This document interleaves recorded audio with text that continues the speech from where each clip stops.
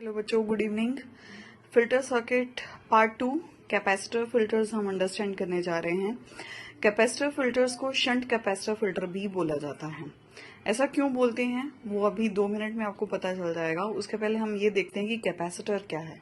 Basically बच्चों, capacitor एक device है जो इलेक्ट्रिकल एनर्जी स्टोर करता है और उसका कैपेसिटी कैसे अंडरस्टैंड करते हैं, फैराड से। अब ये फिल्टर क्या होता है? फिल्टर एक ऐसा सर्किट है जो अनवांटेड फ्रीक्वेंसीज को रिमूव करता है और इन अनवांटेड कंपोनेंट ऑफ एसी को हम लोग रिपल्स के नाम से जानते हैं।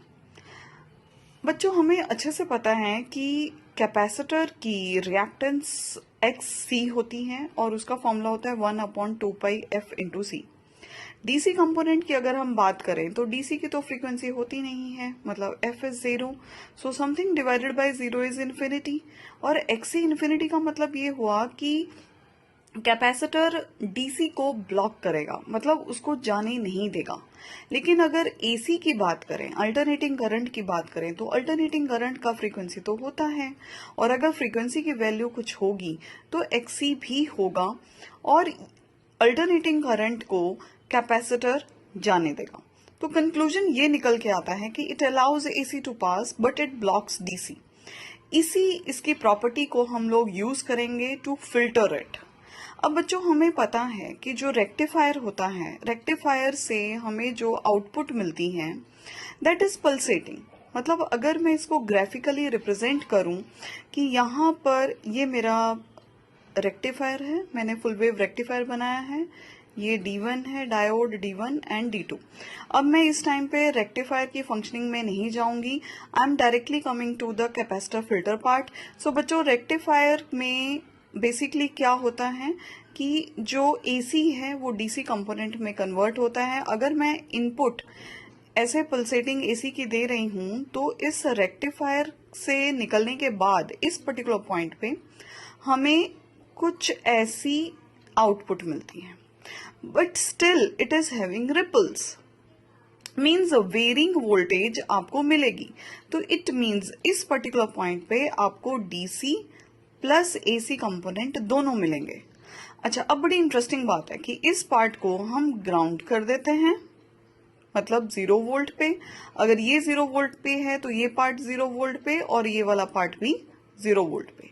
Now let's see, DC component जो यहाँ पर आपको ये आउटपुट मिल रही है, उसका जो डीसी कंपोनेंट है वो जब यहाँ से पास होगा तो हमारा जो कैपेसिटर पार्ट है, कैपेसिटर पार्ट वी नो कि वो ब्लॉक करता है, डीसी को जाने नहीं देगा, तो वो डायरेक्टली डीसी पास हो जाएगा and that will go through the load resistance. लेकिन जो एसी कंपोनेंट है, एसी कंपोनेंट जब क्रॉस होगा तो बच्चों जो हमारा कैपेसिटर पार्ट है, कैपेसिटर पार्ट में जो फर्स्ट प्लेट है वहां पर चार्जिंग शुरू हो जाएगी। तो इसको थोड़ा सा और डिटेल में अंडरस्टैंड करते हैं। ये मेरा रेक्टिफाइड पल्सेटिंग आउटपुट है जो रेक्टिफायर से होके निकली है। इसका एसी पार्ट, जैसे जैसे अगर मैं पॉजिटिव साइकिल की बात करूं तो पॉजिटिव साइकिल में यहां तक, इस पार्ट तक करंट ग्रो होगा कैपेसिटर में, ओके। और जैसे ही ये कंप्लीट पार्ट यहां पर पहुंचा, कैपेसिटर की ये खास बात है कि जब ये लोअर हाफ साइकिल स्टार्ट हो जाएगा, लोअर पॉजिटिव साइकिल स्टार्ट हो जाएगा, करंट डिक्रीज होना शुरू हो जाएगा, तो उस पर्टिकुलर पॉइंट पे कैपेसिटर अचानक से यहाँ पे वोल्टेज ड्रॉप नहीं होगा। इनफैक्ट यहाँ कैपेसिटर की डिस्चार्जिंग शुरू हो जाएगी। लेकिन वो डिस्चार्जिंग के लिए करंट जाएगा कहाँ? अब यहां से बच्चों, अब जब ये चार्जिंग प्रोसेस चल रहा होगा तो ये पार्ट पॉजिटिव है और ये नेगेटिव है, राइट। जैसे ही डिस्चार्जिंग स्टार्ट हुई तो चार्ज यहां से वापस रेजिस्टेंस की तरफ जाना शुरू हो जाएगा।